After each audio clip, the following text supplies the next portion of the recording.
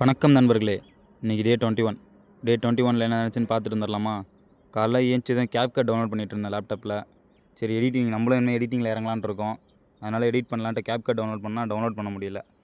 சரின்னு டயர்டாக இருந்துச்சுன்னு பிஸ்கெட் சாப்பிட்டு திரும்ப தூங்கிட்டேன். அப்புறம் கொஞ்ச நேரம் கழிச்சு ஏஞ்சி அன்றைக்கி துவச்சி போட்ட துணியை இன்றைக்கி தான் எடுக்கிறேன். அவ்வளோ மறதி. அப்புறம் எடுத்துகிட்டு வந்து வச்சுட்டு குளிச்சுட்டு கிளம்பிட்டேன்.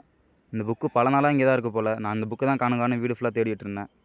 அந்த துணியை எடுத்துகிட்டு இன்றைக்கி துவச்ச துணியை வந்து காய வச்சுட்டேன். இன்னும் 2 நாள் வீடியோ போட முடியாதுன்னு நினைக்கிறேன் நண்பர்களே. அண்ணன் ஒரு சின்ன சில்லற வேலையாக வெளியூர் வரைக்கும் போகிறேன். முடிஞ்ச அளவுக்கு வீடியோ போட ட்ரை பண்ணுறேன். முடியலன்னா மன்னிச்சிக்கோங்க. துணி காய வச்சதுக்கப்புறம் தான் ஒன்று நோட் பண்ணேன். துணியிலேருந்து தண்ணி அந்த புக்கில் சொட்டிகிட்டே இருந்துச்சு. அப்புறம் அந்த புக்கை எடுத்து வந்து உள்ளார பத்திரமா வச்சுட்டு படிப்பெல்லாம் நினைக்காதீங்க. எல்லா புக்கையும் எடுத்து பத்திரமா ஒரு இடத்துல வச்சுட்டு திரும்ப காலேஜ் கிளம்பிட்டேன்.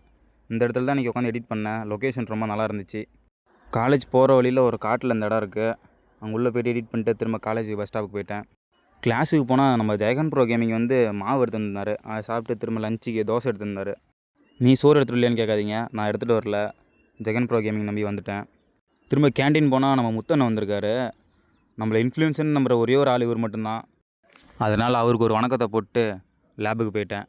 லேபுக்கு போய்ட்டு இன்றைக்கி உட்காந்து அசைன்மெண்ட் அப்சர்வேஷன் எல்லாத்தையும் முடிச்சிடலான்ட்டு ஒரு வெறியோடு எழுதிட்டு இருந்தேன். ஆனால் முடிக்க முடியல. இங்கே ஒருத்தன் மாங்குன்னு எழுதுறானே, யாரோ கண்டுக்கிறாங்களான்னு திரும்பி பார்த்தா நம்ம Jagan bro gaming free fire விளையாடிட்டு இருக்காரு. கிளாஸ் முடிச்சுட்டு பஸ்ஸுக்கு போனால் நம்ம தம்பி ஹாட்ஸ்பாட் ஆன் பண்ணுங்க ப்ரோ, ஹாட்ஸ்பாட் ஆன் பண்ணுங்க ப்ரோன்னு கதறிட்டு இருக்காரு. முன்னாடி சீட்டில் எந்த பிரச்சனைன்னு பின்னாடி திரும்பி பார்த்தா அங்கே 2 பேர் ஜன்னல் சீட்டுக்கு யாரோ உட்காரன்னு அடிச்சிட்டு இருக்காங்க.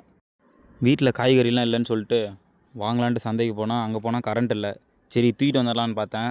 கை வைக்கலான்னு போகிறப்ப கரண்ட் வந்துருச்சு. அப்புறம் என்ன, அவருக்கு ஒரு வணக்கத்தை போட்டு ஜகா வாங்கிட்டேன். சூப்பர் மார்க்கெட்டில் கொஞ்சம் திங்ஸ் வாங்கணும்னு சொன்னாங்க. அப்புறம் சூப்பர் மார்க்கெட் போய்ட்டு அங்கே ஒரு 600 ரூபாய்க்கு பில்லை போட்டு வீட்டுக்கு கிளம்பியாச்சு நண்பர்களே. வீட்டுக்கு ஒரு நம்பர் கால் பண்ணி நீ சமைக்கலான் இருக்கேன் அப்படின்னு சொன்னாங்க. நீ சமைச்சு யாரையும் சாகடிச்சிடாத, நானே சமைச்சு தரேன்னு சமைச்சு கொடுத்துட்டு வீட்டுக்கு வந்துட்டேன் நண்பர்களே.